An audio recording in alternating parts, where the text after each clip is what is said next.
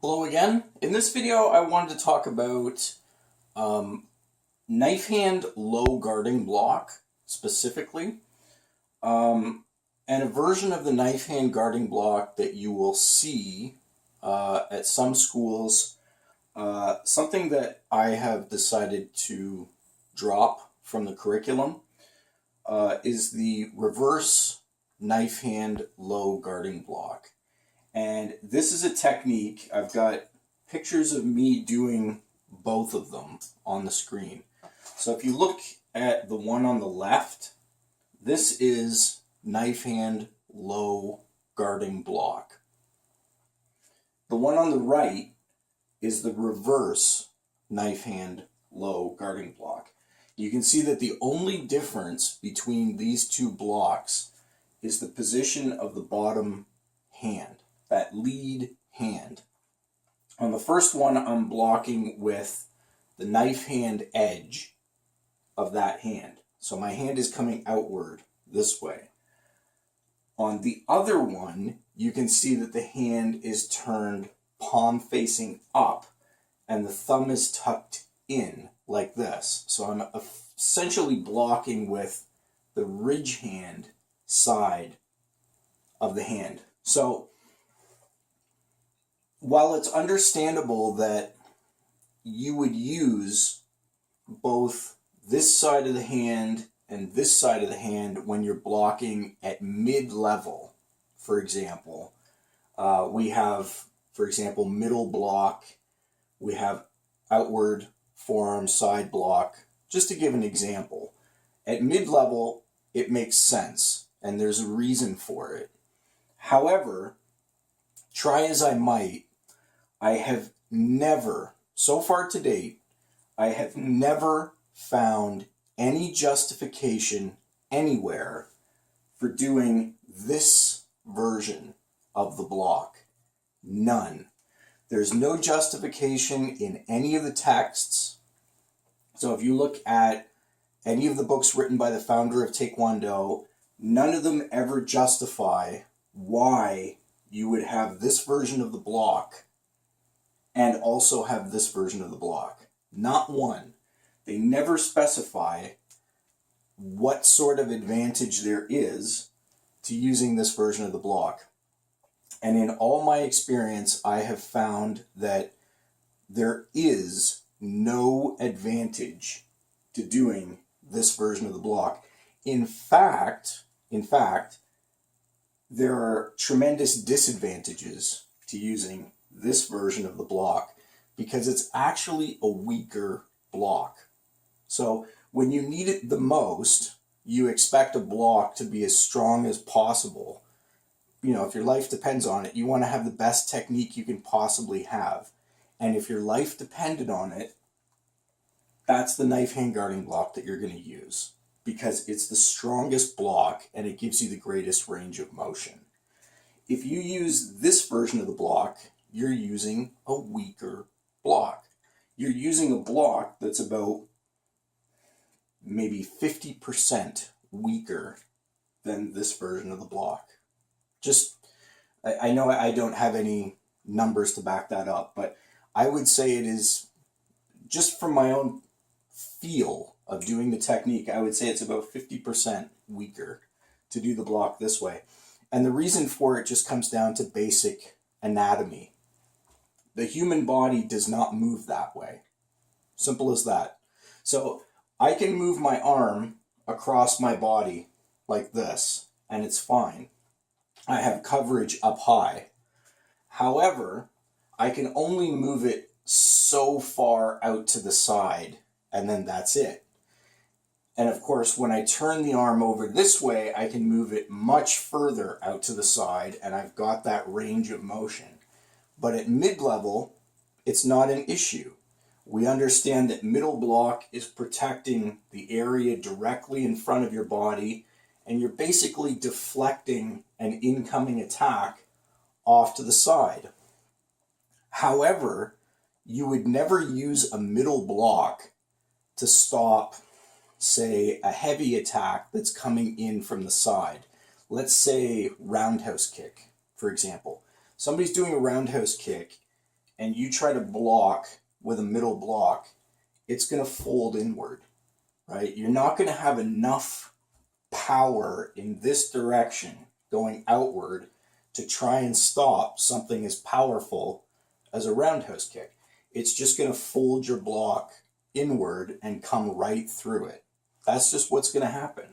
So instead of using this, we would turn the fist over, turn the arm over, and we would use an outward forearm side block. And you can feel the difference when you do this in class, that this is much more powerful when you want to protect against an attack that's coming in from the side. So if somebody wants to do roundhouse kick, for example, this will stop roundhouse kick. For example, you've got much more power here. This will not. The kick will just come right through this. It'll fold your block right over and it'll come through it. Unless you have support and do a double forearm block, in which case now you have the additional strength to support that block. So there's a reason why we have this, and it's to add power to that middle block. However, like I said, I digress, but it's the same situation here with knife hand low guarding block. You cannot turn the arm over with palm facing up and have the same range of motion. It's hard to see from the picture because you're looking at it just from the side, but you don't have the same range of motion going in this direction. So whenever you perform this block, your hand is always going to stop shorter than if you were doing the block this way. So you have less range of motion, and you can feel it when you're doing the block. When you get to the finishing position on the block and your hand is down here, you can feel that you're actually fighting yourself to try and get your hand into the final position for that block. You actually have to work at it to try and get it down there and get it into position. Any type of attack that would be coming in from the side, any low attack that you would be protecting against with this technique would easily fold that bottom arm inward. So if somebody was on the ground trying to do a leg attack, for example, like a low kick from the ground, they will have no trouble folding your arm in and attacking your leg if you're using that version of the block, the official name of the block is reverse knife hand low guarding block. You can think of it as being like a ridge hand low guarding block, because that's the side of the fist, or that's the side of the hand that you're using. So this version of the block, which I learned many years ago, I have never ever liked this block, and I finally decided to just drop it from the curriculum because it has no redeeming value. There are techniques in the Taekwondo guide where I think of it like a kitchen sink approach, everything including the kitchen sink, where it feels like they wanted to put every technique in there just to be able to say that they have it, even though there's no good reason for ever doing the technique. They just want to have it almost for completeness, just to be able to say they have everything. They wanted to put everything in there. But this is an example of a technique, this particular block, that has absolutely no reason for existing. There is never a time where you would ever want to do this over this. And so for that reason, there's no reason for that block to ever be used. You should always use knife hand low guarding block, where you block with the outer edge. That gives you the greatest power in the block. It gives you the greatest range of motion. And a kick has less chance of folding that arm inward this way than it does to fold the arm in this way. And so that's a huge difference between those techniques. And it's the reason why double forearm block doesn't exist down low. So I know some textbooks will have low double forearm block, and some schools will try to teach low double forearm block, but it's the exact same reason why that block, we never ever do that block. It's basically a mistake in the book. You should never be doing this block because it has no power. There's no power there. You have no range of motion. There's no good reason why you would ever block like this when you can block like this. Simple as that. With just a straight low block or knife hand low block is going to be more powerful and more effective than trying to do this. This is an example of a broken technique. And it's one of those moves that is confused frequently at many schools. We do a technique called shovel block, which the hands look like they're in a similar position when it's finished, but you're actually doing a back fist downward strike with the lead hand and a low upset punch with the other hand. And you're striking the attacking limb as it comes in. So you're actually striking with both hands simultaneously. And people look at it and they think, oh, you're doing low double forearm block. Absolutely not. Absolutely not. There is no low double forearm block. And it's because your body doesn't bend that way. It is an anatomical reason why that block doesn't exist. Even though it's in some of the textbooks, you should never ever use it. There's no reason for using it. It doesn't exist.